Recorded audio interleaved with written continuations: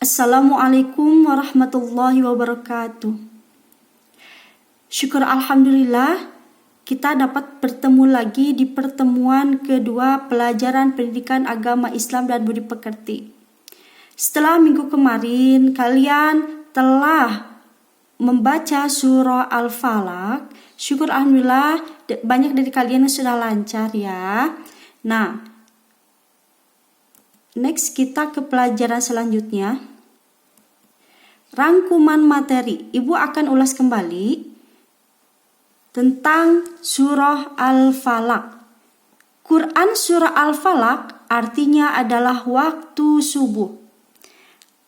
Al-Falaq merupakan surah ke-113 dalam Al-Quran. Kemarin sudah diterangkan sama ibu bahwa Al-Quran itu diturunkan di dua tempat, yaitu di kota Mekah dan di kota Madinah. Di kota Mekah disebut ayat Makkiyah dan di Madinah disebut ayat Madaniyah. Jumlah surahnya ada 114 surah dan surah Al-Falaq adalah surah ke-113. Quran surah Al-Falaq mengajarkan kita bahwa hanya kepada Allah tempat berlindung dari setiap kejahatan. Nah, ini yang akan ibu terangkan pada hari ini. Next, ini kemarin sudah ya membaca surah Al-Falaq. Membaca dan memahami Quran surah Al-Falaq. Kita simak baik-baik arti dari surah Al-Falaq. Bismillahirrahmanirrahim. Dengan nama Allah yang Maha Pengasih dan lagi Maha Penyayang. Kul a'udzu birabbil falaq.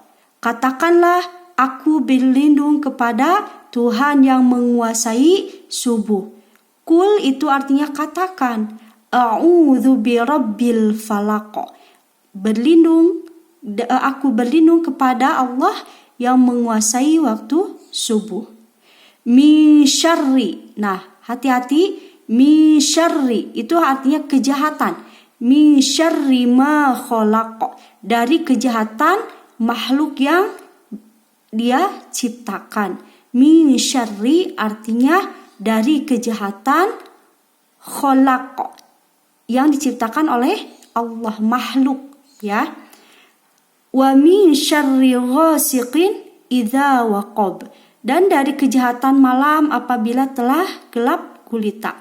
Nah, di sini ada pengulangan lagi, wa min syarri, dan dari kejahatan. Jadi wa min syarri, dan dari kejahatan. Ghasiqin idza waqab. Ghasiqin itu malam, idza waqab apabila telah gelap gulita. Wa min syarri, syarri itu adalah dari kejahatan. Nafasati fil uqad, dari kejahatan wanita-wanita tukang sihir yang menghembus pada buhul. Wa min syarri hasidin idza hasad. Nah, wa min syarri ini ada pengulangan lagi. Artinya apa? Pinter. Dari kejahatan.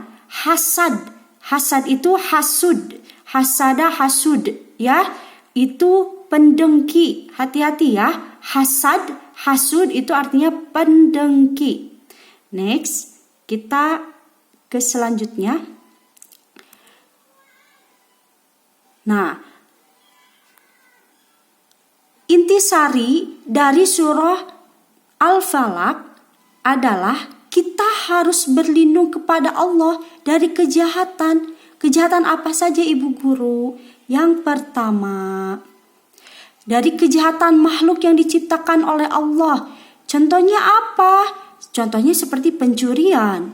Ya, pencurian itu tidak diperbolehkan, itu kan kejahatan. Itu merugikan orang yang dicuri, dan yang mencuri itu beliau itu merasa untung, padahal sesungguhnya beliau ada dalam kerugian yang sangat-sangat rugi, karena akan mendapatkan balasan nanti di akhirat ya. Hati-hati. Lalu contohnya kecurangan. Nah, hati-hati di sini yang suka curang. Di antaranya apabila kita membeli sesuatu, dikurangi takarannya. Itu tidak diperbolehkan. Ya, tidak diperbolehkan. Kecurangan, pokoknya segala bentuk kecurangan itu tidak diperbolehkan. Itu dapat merugikan orang lain. Dan itu banyak sekali contoh kejahatan makhluk yang diciptakan oleh Allah. Next, kita selanjutnya. Kejahatan apabila gelap gulita. Kejahatan malam apabila gelap gulita, contohnya seperti apa Ibu Guru? Nah, pada saat malam hari, hewan-hewan buas itu akan keluar mencari makan. Nah, ini hati-hati ya. Di sini kita tidak boleh keluar malam, karena di waktu malam itu anginnya juga tidak baik untuk kesehatan. Dan di waktu malam juga tidak ada cahaya, kurang cahaya, sehingga dapat menyebabkan kecelakaan. Ya, hati-hati. Yang ketiga, kejahatan para penyihir yang meniup puhul-puhul. Nah, di sini hati-hati ya. Ini kejahatan yang tidak terlihat, kejahatan yang begitu halus karena menggunakan ilmu yang tidak baik. Ya, hati-hati, itu tidak diperbolehkan oleh agama, itu sama dengan syirik. Ya, dan mudah-mudahan kita dijauhkan dengan orang yang seperti ini ya. Nauzubillahi min dzalik.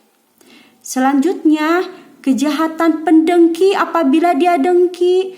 Ibu Guru, dengki itu apa? Hasud yang tadi ya, dari surah Al-Falaq yang terakhir, hasud, hasidin idza hasad. Apa kejahatan pendengki apabila dia dengki? Dengki itu apa?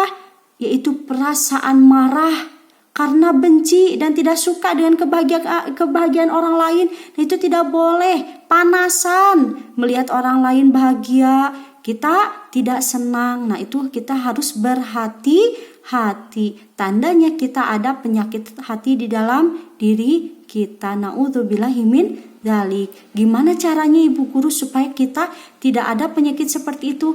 Banyak-banyak beristighfar kepada Allah, meminta pertolongan kepada Allah supaya kita dijauhkan dari sifat dengki dan dijauhkan dari para pendengki, yaitu dengan banyak membaca surah Al-Falaq. Itu biasakan sesudah sholat ya, baca surah Al-Ikhlas, Al-Falaq, dan An-Nas ya.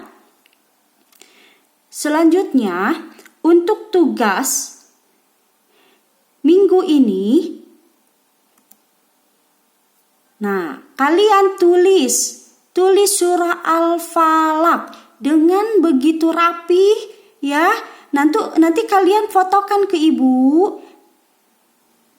Ya, difotokan ke Ibu. Nah, itu nulisnya di kertas lembar ya anak-anak. Nah, nanti hasil dari tulisan kalian dimasukkan ke dalam map yang telah Ibu tugaskan kepada orang tua masing-masing ya. Nah, untuk tugas minggu depannya, hafalkan materi surah Al-Falaq yang sudah Ibu jelaskan minggu kemarin dan minggu sekarang. Lalu hafalkan surah Al-Alaqnya.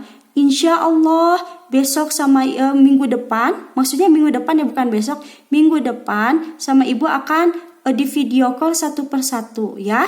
Kalian persiapkan. Nanti insya Allah akan ada ulangannya untuk materinya. Kalian persiapkan ya.